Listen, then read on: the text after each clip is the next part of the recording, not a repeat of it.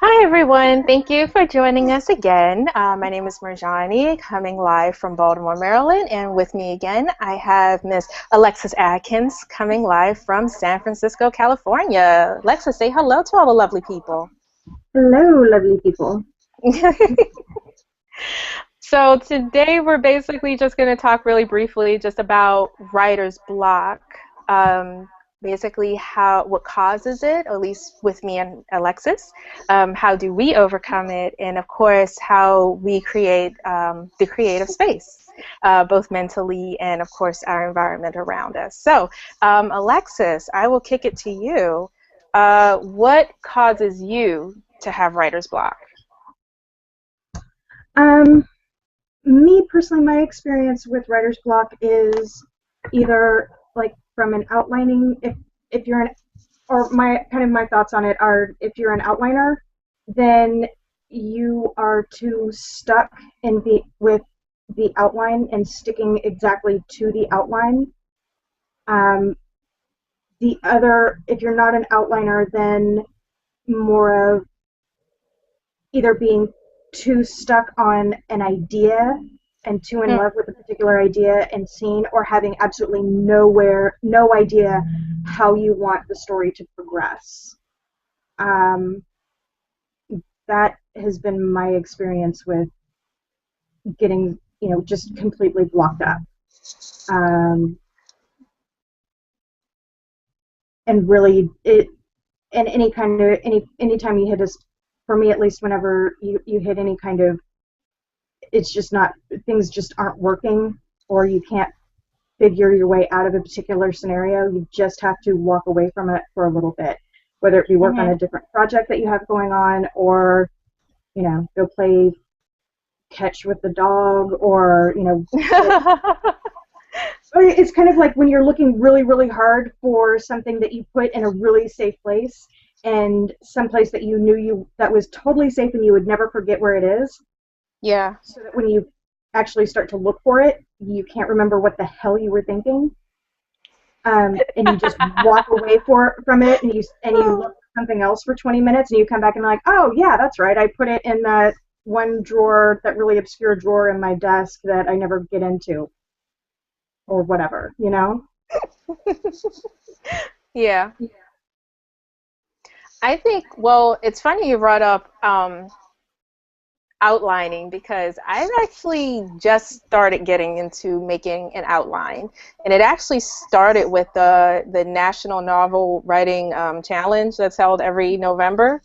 I realized that I really should make an outline, and I actually did that last year, and it actually helped me win the challenge. Whereas the year before that, I did not make an outline. I pretty much just wrote what was in my head onto screen.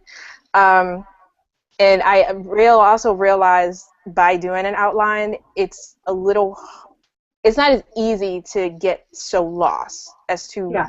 what your point is, or what you want your characters to do, any plot twists or something. Like it's a little harder to get mixed up.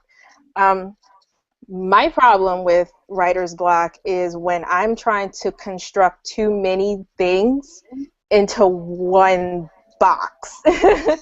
I should say. Like I have a problem where, I have a character, just one character, I'll have one simple premise, but then all these other ideas start coming in my head, and I start thinking about, oh, how can I work it into this? How can I work it into that? How can he can do this? And how can she do this? And this other person comes in, and before I know it, I have 20 different plots in my head, and it goes back to something I had, I think I said to you earlier, like last week or a couple weeks ago, about how you can have a simple premise and it's very easy to mess it up. Like Yeah. just one simple premise. Yeah, I mean, all of a sudden you went. That's one of the catch 22s about the creative juices. Once they start flowing, they can flow so freely that you're like, oh yeah, and then you've taken what was a good idea and you've completely fucked it up by putting too much in it. It's kind of Yes, like, that is that's me in a sense. Like I kind of have to tame the voices in my head and are like, no, you're not doing X, Y, and Z. You're doing A, and we might get to B. Yeah. We're gonna take this one step at a time. I find when I start seeing so many different options, I'll because like we've discussed at different times before, I do a lot of like handwriting out first, Right. and especially in that space, you'll see all sorts of margin writing, as well as like, well, what about this idea over here? And you could have Jane do this at the drugstore, or Hmm. whatever the idea is. Um, and you can look back at it, a couple weeks later when you're going through an edit and say, oh wow, that was really shitty. What was I thinking? And then you'll also have some things that like, you know what, that's actually worth something, Yeah. and it may not even be worth something in this particular story, but it could be worth something somewhere else. Yeah. Yeah. And I do try to write down little ideas that I have that might not work in the particular um, setting that I'm currently working on, but it might work later, or it might Mhm. actually work for a totally different story. Like I have a really long list in my phone about just story ideas and just different character traits or plot points. And each time I'm writing something, like I go back and refer to it, and I'm like, oh well, maybe something like this could work, or maybe it can't. Um, so yeah, that's actually how it's easy for me to get writer's block. And I have different ways of overcoming it personally. If it is a particular heavy scene or it's a heavy character that I'm trying to write and I'm just completely lost, I will listen to some music. Technically, some music that is that'll help me get into the mind frame. Like I was writing a character who's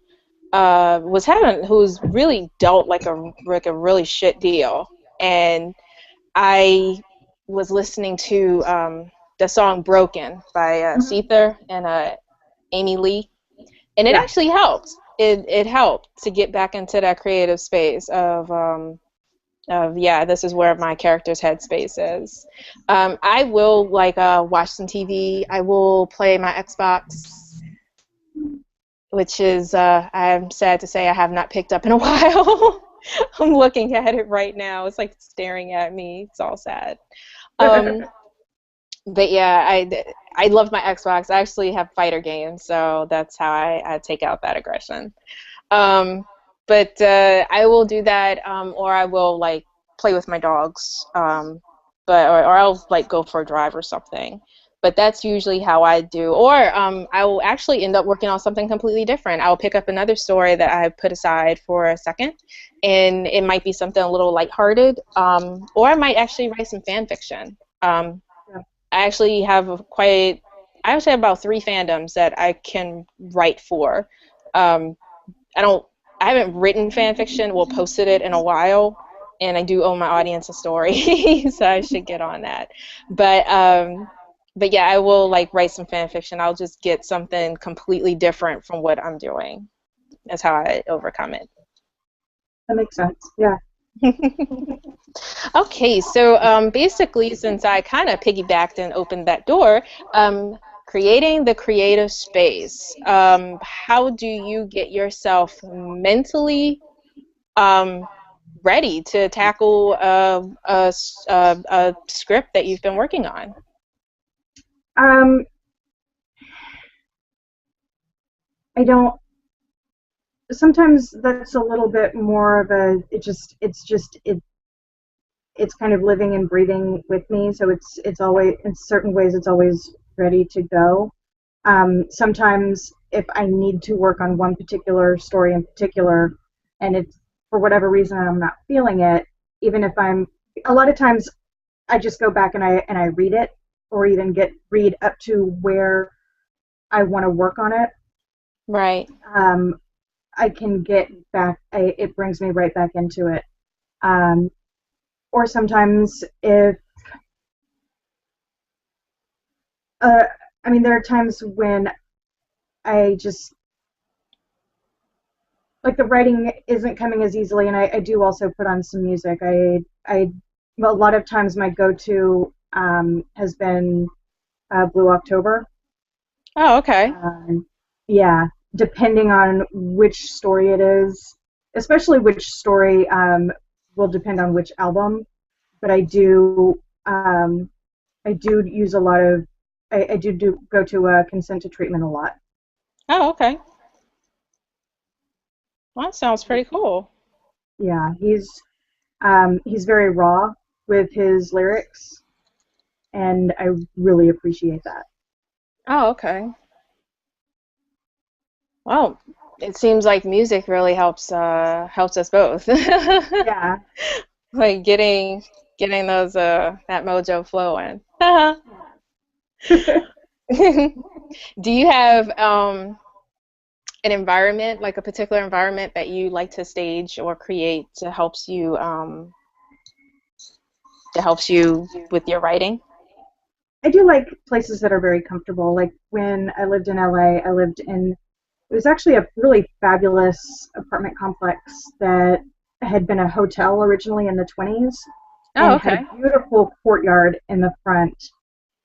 And I would frequently go, like Saturday morning, 8, 10 o'clock in the morning, I'd brew a pot of coffee, pour a big old mug of it, and take my notepad downstairs and sit in the courtyard.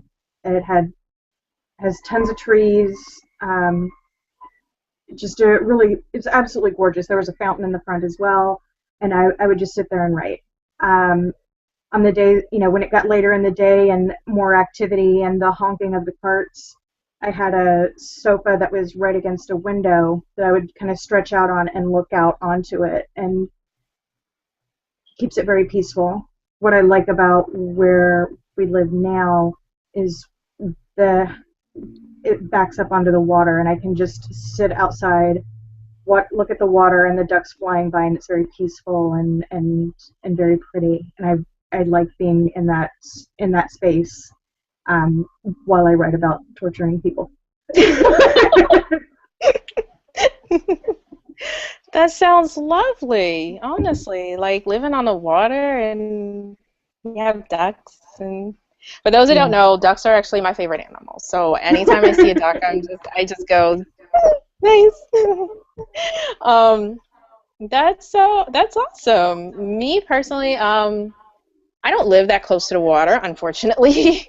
I actually live more inner city, but I will sometimes drive to Federal Hill, which most people, if you've been to Baltimore, knows. It's a really important landmark, and at the very top of Federal Hill is a park. And you can park up there, you can sit on the benches, and you have a pretty good view of the harbor and the Domino Sugar factory as well. And you can pretty much like get some peace and quiet up there depending on the time of day you go up there.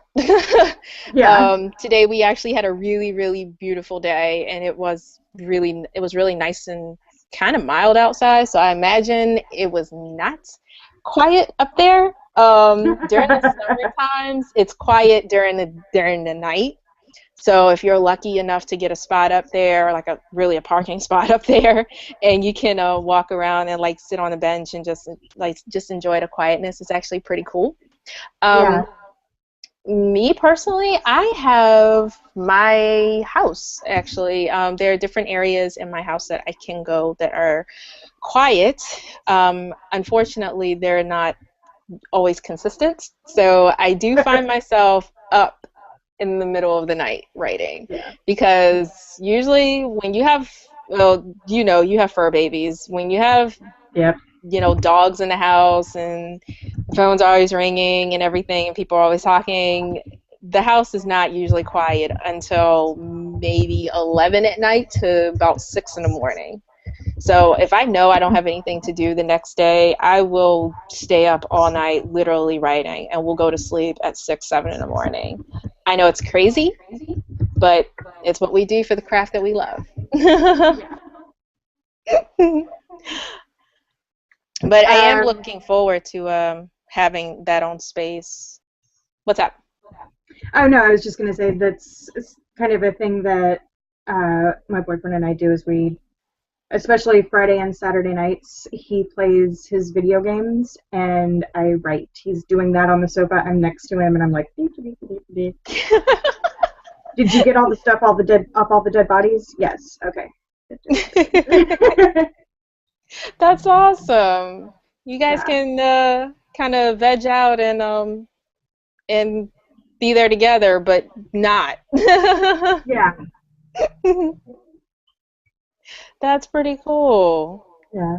Um, but yeah, I one thing I do want to invest in is a desk. My space right now is not it's not conducive to include a desk.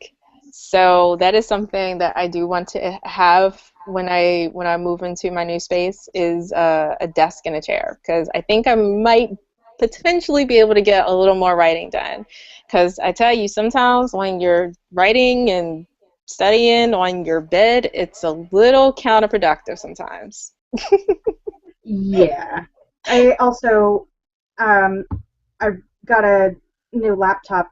I think it was last year because my other one completely took a crap. Oh Um no. yeah, well, you know. Um One thing I miss is it seems like they're no longer doing the thing to turn off the touchpad, the little mouse touchpad. And Okay.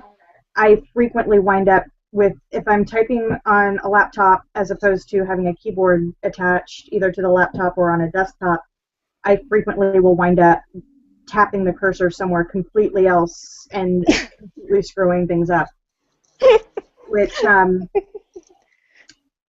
does not make me happy. You'll just see what that does not make me happy. No. I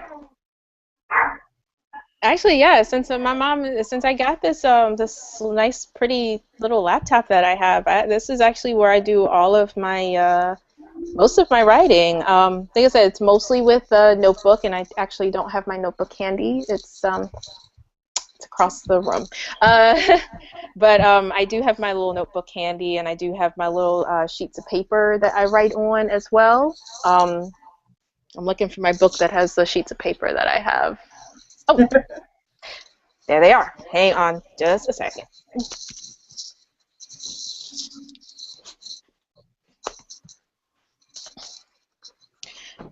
Okay. So, yeah, when I don't have a notebook handy, I actually tear up copy paper and strips of four.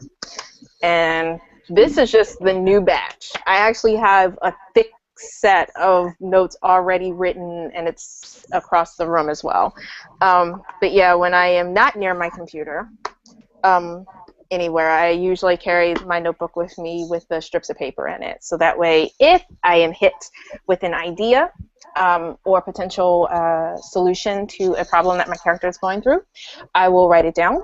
And if I, for whatever reason, can't carry that with me, I do have my trusty phone that I put that Yeah. in.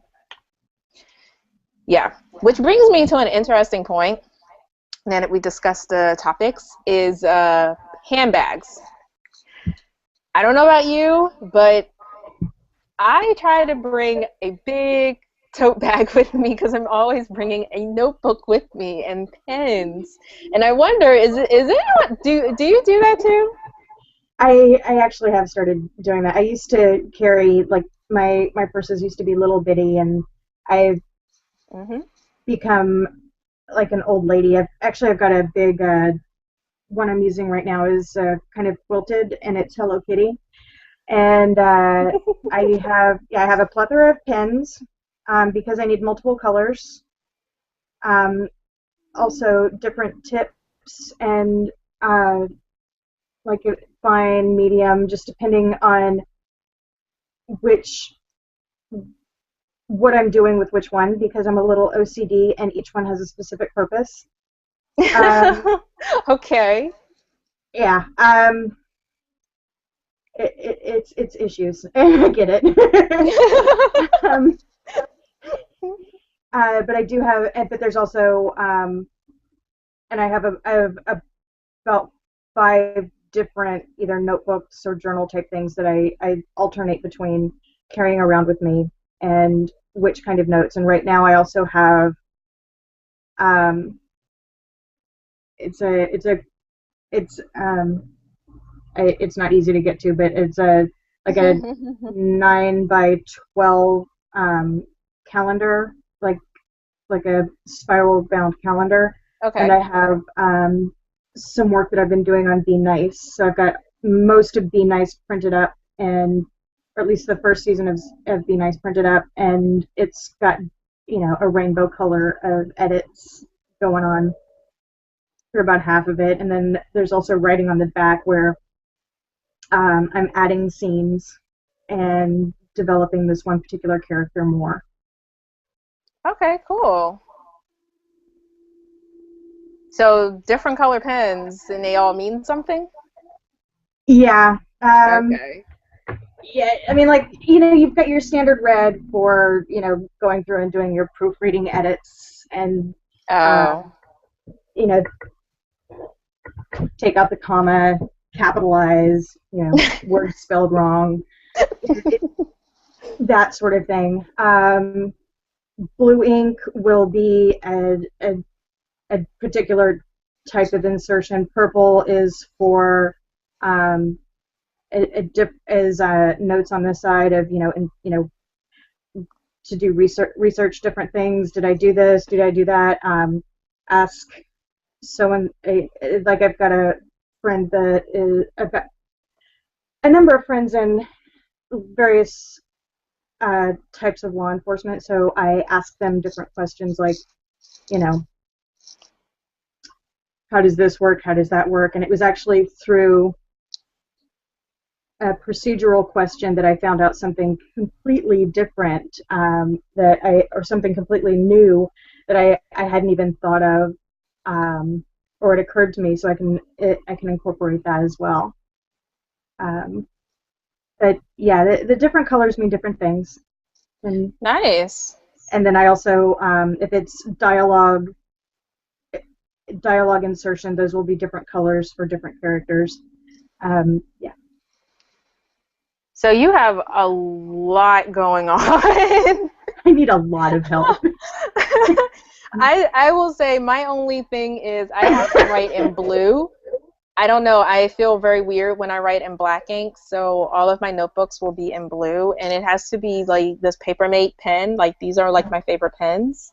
I Yeah. don't know why. I think because they're just very smooth and yeah, they're comfortable, and I'm so at ease with them. So yeah, my anxiety goes down as long as I have one of these. I'm usually okay.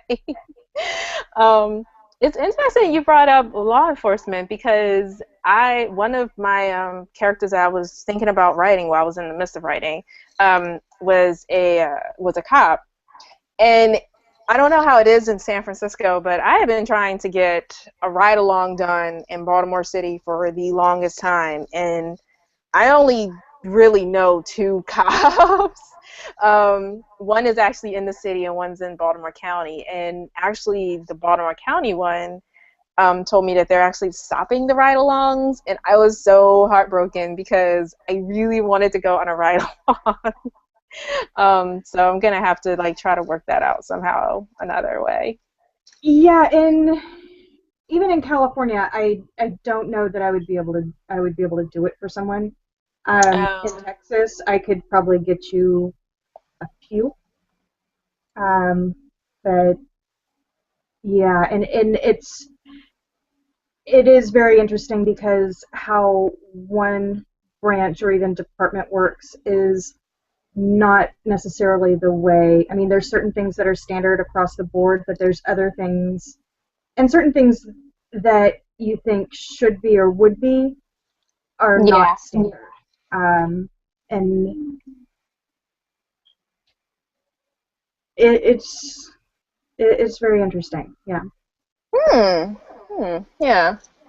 Well, like I said, I'm fairly sure that I can probably just go to another precinct and just ask. I mean, it's nothing wrong with just asking, hey, are you guys still doing ride-alongs? And of course, I don't think they get a lot of requests for it, so I'm pretty sure they're going to be like, why do you want to do this? And it's mostly just so I know that I'm writing the cop correctly, like what they do on patrols and stuff like that. So, and also I'm genuinely curious as to what it is that cops do, especially while they're on patrol. You know, when they work with a partner, when they work without a partner. So I think that's actually pretty good research tool. So. Definitely. And, you know, if nothing else, there's a lot of value in, you know, like with the friends that you know, asking them, Mm-hmm. what is this? What is that? What about this? What about this over here? And, you know, really digging in deep and not just asking the basic, so what do you do?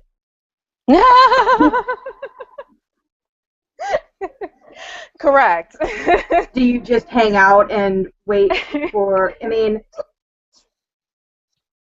you just hanging out at Dunkin' Donuts and waiting for a call? I actually Um, had an incident happen where I had to call the police. Um, it, it was really stupid. Stupid jerk was following me in my car. But when I called them, it was surprisingly quick. Like 2 police patrol cars showed up, and they were both very nice. You know, they both helped me out with the problem, and in stereotypical fashion, one of the cops went back into his car because it was a little cold out, and he was actually eating a donut and drinking coffee. And I'm like, of course, you would be eating a donut and drinking coffee, of course. So yeah. Speaking of drinking and stuff, so do you find that you work better with a stimulant as caffeine, coffee, that kind of thing? um, that's kind of a weird question because, like, for me, the last couple of years, my endocrine system has kind of taken a dump, and Oh. um, been working with getting all of that regulated and sorted out. So I've actually needed the caffeine um, to keep me going more Hmm. than I should have. Um, and it's, you know, working with, I finally found a doctor that's working with me and not doing that, well, you know, you're a woman and you're probably just depressed. Yeah, no. Oh, that's nice. Yeah, that feels, That's lovely. yeah, yeah. Or even, you're a woman of a certain age, so, you know, no. A certain age makes you sound like you're 70 or something. You know, after you, pretty much if you're over 25, you're pretty much considered damaged goods and should just accept whatever comes to you, apparently. You're a certain age. Yeah. A woman of your age. Oh. Yeah. Um, but no, I'm working on getting back to, you know, if I want a cup of coffee because I want a cup of coffee, then okay, but I don't need it to maintain basic energy levels. Um, do I work better with it? I would say not necessarily. Um, Got it. I I just, especially when I start getting really focused into it, I kind of lose track of what's going on around me to the point that occasionally I'll be talking out loud and not realizing it. Wow, that's interesting. Yeah, so Then again, I do that all the time, so I just resolve myself to the fact that I'm crazy. yeah, pretty much. Yeah. I mean, I also talk in my sleep, so you know, I Wow. basically, yeah, yeah. You can have a conversation with me in my sleep. Um, Oh my so gosh. basically, I don't shut up. I am actually not a coffee person. I have tried it different ways, just it never stuck. So I just resolve myself to the fact that I'm just not a coffee person. So I am a hot chocolate and a tea person. So I will have that, but I don't normally need it. Just like you, I don't normally need it to get me going. If anything, I just need to just put my ass in gear and just say, hey, you got to write this chapter today. Get on it. That's pretty much Exactly. how I do it. All Curl right. up, start writing. Well, thank you very much, Alexis, for taking the time out of your busy schedule and meeting with me. I know it's what, 5:39 over there? Yep. Yeah.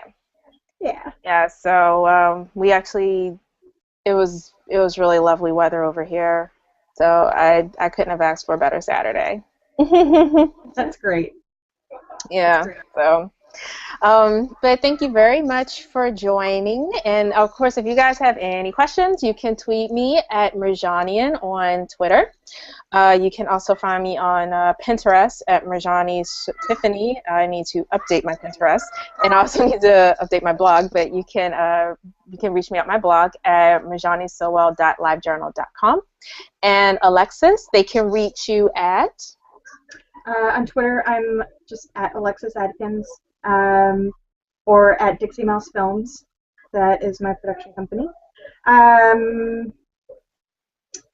Pretty much Dixie Mouse or Alexis Adkins. I'm on most things as either or both of those. Sweet. Yeah. And join us for next time. We are going to discuss our favorite, well, just not our favorite, but just really good TV shows that we like. For many reasons, but primarily for the writing. I imagine me and Alexa's lists are probably going to be a little different, but we'll probably have some similarities on there too. Alrighty, so thanks again for joining us, guys. And of course, if you have comments or questions, just leave them at the bottom of the video. And of course, you can reach us on Twitter and you can come at us with your questions. Thanks for tuning in.